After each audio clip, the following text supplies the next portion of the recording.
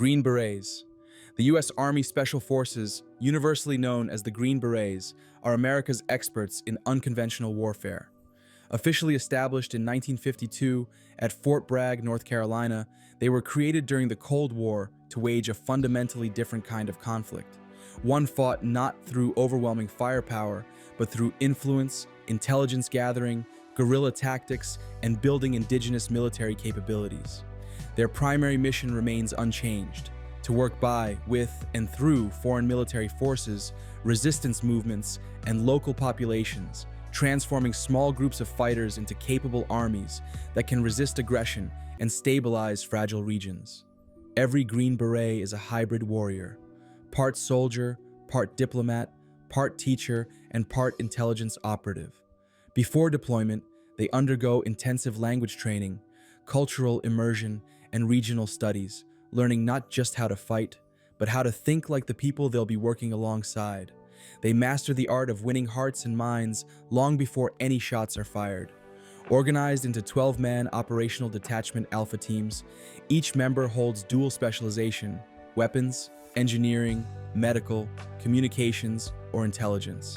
This structure allows a single team to operate independently for months in austere environments, training local forces, organizing resistance networks, conducting reconnaissance, and calling in precision strikes when necessary. The Green Berets made their reputation in the mountains and jungles of Vietnam, training Montagnard tribesmen and South Vietnamese forces in counterinsurgency warfare. They later played crucial roles in Desert Storm, the Balkans, Afghanistan, and Iraq. Today, they remain deployed globally, often the first Americans on the ground in emerging crises and the last to leave when conventional forces withdraw.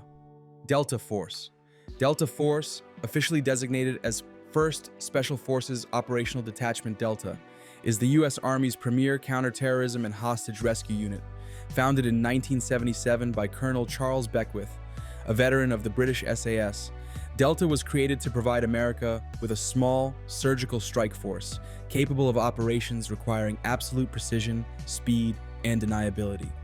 For years, the Pentagon refused to even acknowledge its existence. Its operators hidden behind layers of security clearances, cover identities, and bureaucratic obfuscation. Recruitment comes exclusively from the Army's finest: Rangers, Green Berets, and other special operations soldiers who must survive one of the most grueling selection courses in the military. Candidates face relentless physical trials, land navigation exercises covering hundreds of miles, psychological evaluations, and scenario-based tests that push decision-making abilities to the breaking point. Those who make it through face years of additional training in advanced marksmanship, close quarters battle, explosives, surveillance, and hostage rescue tactics. Delta Force carried the weight of national redemption after the catastrophic failure of Operation Eagle Claw in 1980, when a mission to rescue American hostages in Tehran ended in disaster with 8 Americans dead and the nation humiliated. That failure triggered a complete reorganization of U.S. Special Operations and forged Delta into the scalpel it is today. Since then, Delta operators have hunted war criminals in Bosnia, captured Saddam Hussein, eliminated high-value targets across Iraq and Afghanistan, and conducted countless classified operations that will remain secret for decades. 75th Ranger Regiment. The 75th Ranger Regiment represents the U.S. Army's elite airborne light infantry strike force. While Green Berets specialize in unconventional warfare and Delta in surgical counterterrorism, the Rangers are built for large-scale direct action, seizing airfields, conducting mass parachute assaults, executing raids deep in enemy territory, and spearheading conventional invasions. Their lineage stretches back to Rogers Rangers during the French and Indian War, but the modern regiment was reactivated in 1974, forged from the hard lessons of Vietnam into a rapid deployment force capable of inserting anywhere on Earth within 18 hours. Becoming a Ranger requires passing the Ranger Assessment and Selection Program, a crucible that tests physical endurance, mental resilience, land navigation, and leadership under extreme stress. From there, Rangers train constantly in airborne operations, small unit tactics, weapons proficiency, and operating in every environment from Arctic conditions to urban warfare. The regiment maintains 3 battalions of elite infantry, each capable of independent operations, plus specialized companies for recon and headquarters elements. Rangers stormed the beaches of Normandy on D-Day, seized key objectives in Grenada and Panama, and led the way into Afghanistan after 9/11. Their most famous battle came in Mogadishu in 1993, immortalized in Black Hawk Down, when Rangers fought alongside Delta Force through the streets of Somalia for 18 hours against overwhelming odds, refusing to leave fallen comrades behind. That fight became the defining moment of modern Ranger culture. Disciplined, aggressive, and unbreakable. Navy SEALs. The United States Navy SEALs are the Maritime Special Operations Force that has become synonymous with elite military capability in popular culture. Created in 1962 at President John F. Kennedy's direction, the SEALs evolved from the Navy's underwater demolition teams of World War II. Their mission encompasses direct action raids, special reconnaissance, counterterrorism, unconventional warfare, and foreign internal defense, all with a focus on maritime and littoral environments. The path to becoming a SEAL is legendary in its difficulty. Basic underwater demolition. SEAL training, known simply as BUDS, pushes candidates through 6 months of controlled suffering designed to identify those with the mental fortitude to operate under impossible conditions. Hell Week, the notorious 5-day ordeal featuring less than 4 hours of sleep total and constant physical evolution, eliminates roughly 75% of candidates. Those who survive continue to dive training, land warfare, and eventually SEAL qualification training, a comprehensive program covering everything from advanced tactics to cultural awareness. SEALs gained their modern reputation through Vietnam riverine operations, but truly entered public consciousness through missions like the Achille Lauro, hijacking rescue, and the invasion of Panama. They've since operated continuously in Iraq, Afghanistan, and dozens of other countries. Each SEAL team has a regional focus. SEAL Team 3 covers the Middle East, Team 5 handles the Pacific, Team 8 operates in Africa and the Mediterranean, while Teams 2, 4, and 10 rotate through various theaters. SEAL Teams 1 and 7 complete the standard teams, while SEAL delivery vehicle teams specialize in submarine-launched operations. DEVGRU, officially called the Naval Special Warfare Development Group but commonly known as SEAL Team 6, represents the SEALs' contribution to Tier 1 special mission units. Created in 1980 by legendary SEAL Commander Richard Marcinko in response to growing terrorist threats, DEVGRU was originally focused on maritime counterterrorism, ship seizures, oil platform assaults, and coastal hostage rescue. Over 4 decades, it evolved into a global strike force operating far beyond maritime environments. Operators are recruited exclusively from regular SEAL teams after years of proven performance, then subjected to a selection process even more demanding than BUDS, called Green Team. Those accepted undergo a year of intensive training in advanced marksmanship, explosive breaching, tactical driving, halo-hey-ho parachuting, and specialized assault techniques. DEVGRU maintains several squadrons, each with distinct capabilities, plus specialized intelligence and support elements. The unit's most famous operation occurred on May 2nd, 2011, when operators infiltrated Pakistan and killed Osama bin Laden in his Abbottabad compound. That mission, codenamed Operation Neptune Spear, showcased about decades of refinement in tactics, intelligence integration, and helicopter assault procedures. But Neptune Spear represents just one visible moment in an operational tempo that sees DEVGRU conducting multiple classified missions monthly across Africa, the Middle East, and beyond. Marine Raiders. Marine Special Operations Command, whose operators are known as Marine Raiders, represents the Marine Corps' entry into the special operations community. The Raider name honors elite Marine units from World War II that conducted amphibious raids across the Pacific. Re-established in 2006 when the Marine Corps finally joined SOCOM, modern Raiders blend the Marines' amphibious warfare expertise with special operations capabilities. Raiders specialize in direct action, special reconnaissance, counterterrorism, and foreign internal defense, with particular emphasis on maritime and littoral operations.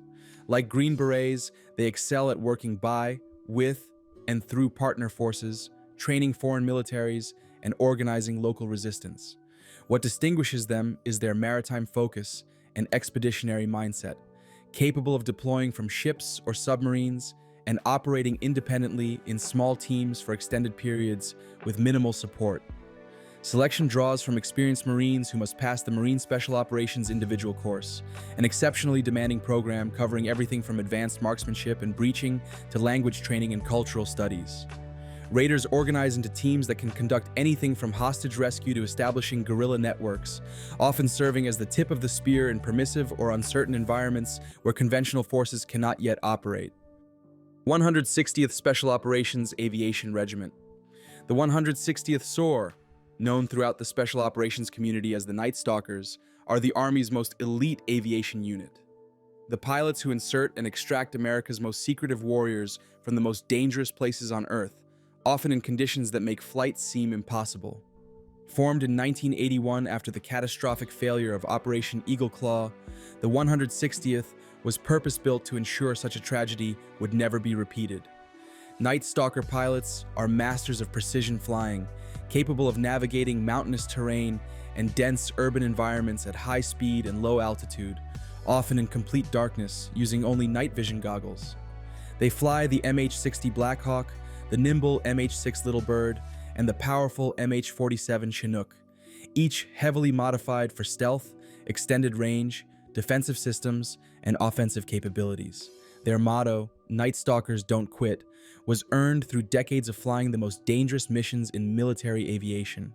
The 160th proved their worth in Mogadishu in 1993, flying the helicopters that inserted Delta Force and Rangers, then continuing to operate despite 2 aircraft being shot down and the entire force surrounded.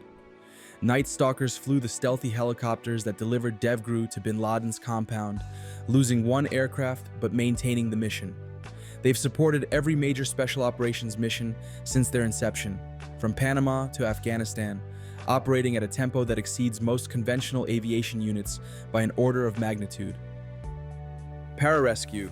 Pararescuemen, known universally as PJs, are the Air Force's elite combat search and rescue specialists. Warriors whose sole mission is to recover and save lives regardless of danger, distance, or difficulty. They parachute into combat zones, rappel from helicopters under fire, and dive into hostile waters to reach downed pilots, stranded special operators, and isolated personnel. Their motto, that others may live, defines a culture built on selfless service and medical expertise combined with combat capability. The PJ training pipeline is one of the longest and most demanding in the U.S. military, spanning nearly 2 years. Candidates must complete an initial selection course, then progress through the Special Warfare Training Wing at Lackland Air Force Base. Training includes parachutist school, combat dive school, survival training, advanced paramedic certification, and finally, the Pararescue Recovery Specialist course. Students learn high-altitude parachuting, technical diving, mountaineering, wilderness medicine, trauma surgery, and combat tactics. Attrition rates exceed 80%. PJs have saved thousands of lives across every conflict since World War II. In Vietnam, they rescued downed pilots deep in enemy territory. In Afghanistan and Iraq, they performed combat medicine under fire, often sustaining casualties while treating others. Beyond combat, PJs respond to natural disasters, conducting rescue operations during hurricanes, earthquakes, and floods. They represent the intersection of elite warrior and medical professional, willing to die so that others might live. Combat controllers. Combat control teams, known as CCTs, are the Air Force's ground-based special operations air traffic controllers, but that description barely captures their role. Combat controllers parachute or infiltrate behind enemy lines to establish assault zones, direct close air support, coordinate airstrikes, and essentially serve as the Air Force's forward presence in denied territory. They are often the first military personnel on the ground in hostile areas, arriving before anyone else to establish the conditions for larger operations. The CCT training pipeline mirrors the difficulty of pararescue, spanning nearly 2 years and maintaining attrition rates above 80%, and candidates complete the Special Warfare Training Pipeline, including selection, parachutist training, combat dive school, survival school, and the combat control school, where they master air traffic control, terminal attack control, and battlefield communications. They emerge as FAA-certified air traffic controllers who can operate in combat conditions most controllers couldn't imagine. combat controllers deployed to Afghanistan immediately after 9/11, arriving on horseback with Green Berets and calling in precision airstrikes that shattered Taliban positions. In one famous engagement, a single CCT directed over 500 airstrikes during a multi-day battle. They've since operated in every conflict zone, establishing forward operating bases, coordinating thousands of close air support missions, and receiving a disproportionate number of Valor Awards for their actions under fire. Special Reconnaissance. Air Force Special Reconnaissance, formerly known as Special Operations Weather Technicians before expanding their role, represents the service's newest ground special operations career field. Special recon operators conduct intelligence, surveillance, and reconnaissance missions in denied or politically sensitive areas, often operating in small teams far from support. They assess potential targets, gather intelligence on enemy movements, and provide environmental reconnaissance that shapes operational planning. The transformation from weather to special reconnaissance reflects the evolving needs of special operations. While maintaining their capability to provide tactical weather analysis crucial for operations, SR operators now train extensively in advanced reconnaissance techniques, direct action skills, and intelligence collection. They attend the same grueling pipeline as other Air Force special operators, including dive school, parachute training, and survival courses, then receive specialized training in reconnaissance tradecraft. Special recon teams deploy globally, often working alongside other special operations units to provide critical intelligence that shapes mission planning. They operate in small teams, sometimes alone in hostile territory for extended periods, gathering the information that determines whether operations proceed or abort. Their work remains largely classified, but their contribution to special operations success is immeasurable. 24th Special Tactics Squadron. The 24th Special Tactics Squadron represents one of the Air Force's premier special operations units, integrating combat controllers, pararescue men, special reconnaissance operators, and support personnel into cohesive teams. Based at Pope Army Airfield adjacent to Fort Liberty, formerly Fort Bragg, the 24th STS provides full-spectrum special tactics capabilities to Joint Special Operations Forces worldwide. The squadron's mission encompasses establishing landing zones in denied territory, providing real-time intelligence and weather analysis, coordinating complex air operations involving dozens of aircraft, conducting personnel recovery under fire, and integrating air power with ground operations. Special tactics teams from the 24th deploy constantly, often attached to Army Ranger or Special Forces units, Navy SEAL teams, or operating independently to provide capabilities those units lack organically. What distinguishes the 24th and similar special tactics squadrons is their ability to seamlessly integrate across service boundaries. A typical deployment might see CCTs coordinating air support for Rangers, PJs embedded with SEALs for medical coverage, and SR operators gathering intelligence for a joint task force. This integration represents the future of special operations, where specialized capabilities combine to create effects greater than the sum of their parts. Tactical Air Control Party. Tactical Air Control Party specialists, known as TACPs, pronounced TACPs, serve as the Air Force's liaison between ground forces and air power. Unlike combat controllers who focus on special operations, TACPs embed with conventional Army units, providing every combat brigade with organic close air support coordination. They are qualified joint terminal attack controllers, meaning they can direct aircraft to strike targets with precision-guided munitions, often within danger-close distances of friendly forces. TACP training, while shorter than the Special Operations pipeline, remains exceptionally demanding. Students must master air-ground communications, close air support procedures, terminal attack control, and survive intense physical training that prepares them for life alongside Army combat units. They learn to operate every radio system in the inventory, understand aircraft capabilities and limitations, and make split-second decisions that determine whether strikes proceed or abort. TACPs have been on the front lines of every conflict since Vietnam. In Iraq and Afghanistan, they directed countless airstrikes that saved American and Allied lives.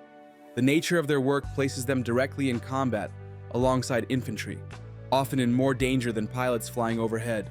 Many TACPs have received Silver Stars and other high-valor decorations for actions under fire, calling in strikes while wounded or under direct enemy assault. Army Intelligence Support Activity. The Army's Intelligence Support Activity, known variously as ISA, the Activity, Gray Fox, or mission support activity. Depending on the era, represents one of the military's most secretive intelligence units. ISA conducts tactical intelligence operations in support of special missions, including signals, intelligence collection, human intelligence operations, and reconnaissance in advance of direct action raids. They are intelligence operators who work in the shadows before shooters arrive. Founded in 1981 after the Iran hostage crisis revealed gaps in tactical intelligence capabilities, ISA provides special operations forces with real-time, mission-specific intelligence that broader intelligence agencies cannot deliver quickly enough. ISA operators conduct electronic surveillance, intercept communications, perform close target reconnaissance, and develop intelligence packages that turn potential targets into actionable objectives. The unit recruits from across the Army, seeking soldiers with intelligence backgrounds, language skills, and the ability to operate covertly in foreign environments. ISA personnel often pose as civilians, using cover identities to blend into local populations while gathering intelligence. They've operated in virtually every conflict zone, providing the intelligence that enabled Delta Force and DEVGRU raids, though their contribution rarely becomes public. When Special Operations Forces successfully capture or eliminate high-value targets, ISA's preliminary intelligence work often made the mission possible. Special Warfare Combatant-craft Crewmen. Special Warfare Combatant-craft Crewmen, known as SWCC and pronounced SWCC, are the Navy's Special Operations boat operators. They pilot the specialized craft that insert and extract SEALs, conduct riverine warfare, perform coastal patrol, and deliver special operations forces in maritime environments. While SEALs get the headlines, SWCC provides the transportation that makes many SEAL missions possible. SWCC training spans roughly a year, beginning with a challenging selection course that tests physical fitness, water confidence, and mental toughness.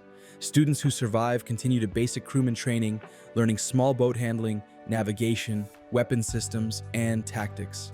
They master vessels ranging from rigid-hull inflatable boats to heavily armed patrol craft, learning to operate in conditions from calm seas to heavy surf, often at night without lights. SWCC crews operate worldwide, conducting missions in rivers, coastal waters, and open ocean. In Vietnam, their predecessors ran riverine patrols deep into Viet Cong territory. In Iraq, SWCC dominated the waterways around Basra and along the Tigris and Euphrates rivers. In Afghanistan, they operated on the Helmand River, projecting power where roads didn't exist. SWCC represents a unique capability: sailors who think like special operators, combining seamanship with combat skills. Special Activities Center. The Special Activities Center, known as SAC, represents the most secretive operational element available to the United States government. Unlike every other unit discussed, SAC belongs not to the military, but to the Central Intelligence Agency. This makes SAC the agency's paramilitary and covert action branch, executing missions that can be officially denied by the US government if necessary. SAC provides Washington with a capability to act without official fingerprints, conducting operations that fall outside traditional military authorities. SAC divides into two main branches: the Special Operations Group for Paramilitary Operations and the Political Action Group for Influence Operations. SOG recruits primarily from Tier 1 military units, especially Delta Force, DEVGRU, and Marine Raiders. These operators trade their uniforms for civilian cover, combining combat skills with intelligence tradecraft. They master foreign languages, surveillance, clandestine communications, and the art of operating without military support networks. SAC's mission set includes everything the military conducts, but with complete deniability. They organize and train foreign resistance movements, conduct direct action raids, perform renditions of terrorist suspects, and eliminate high-value targets. SAC operators preceded military forces into Afghanistan after 9/11, linking up with Northern Alliance fighters and coordinating the initial campaign. They've operated across Africa, the Middle East, South America, and Asia, conducting missions the public will never learn about. When the president needs something done without Congress, public scrutiny, or international consequences, SAC provides the capability. United States Special Operations Command. United States Special Operations Command, universally known as SOCOM, serves as the parent organization commanding all American Special Operations Forces across every service branch. Headquartered at MacDill Air Force Base in Florida, SOCOM was established in 1987 to bring unity and coordination to elite units that had previously operated independently, often competing for resources and failing to coordinate during critical operations. Before SOCOM's creation, the Army, Navy, Air Force, and Marines each ran their own special operations independently. The disaster at Desert One during the Iran hostage rescue attempt proved the need for unified command. SOCOM now ensures all special operations forces train to common standards, share intelligence seamlessly, and coordinate logistics. The command controls approximately 70,000 personnel, though only a fraction serve in direct combat roles. SOCOM's responsibilities extend beyond command and control. It develops doctrine, acquisitions, specialized equipment unavailable through conventional channels, coordinates with intelligence agencies, and manages classified programs that integrate cyber warfare, space capabilities, and emerging technologies. SOCOM also maintains geographic combatant command authority, meaning it can conduct operations globally without routing requests through geographic commands. This unprecedented authority reflects Special Operations' central role in modern American military strategy. SOCOM represents the invisible hand that transforms individual elite units into a coordinated global strike force capable of simultaneous operations across dozens of countries. Thank you for watching. If you learned anything, let me know by liking the video and comment below on what you would like to see in the future. History never runs out of surprises, and neither do we. So subscribe and join me for the next dive into the archives.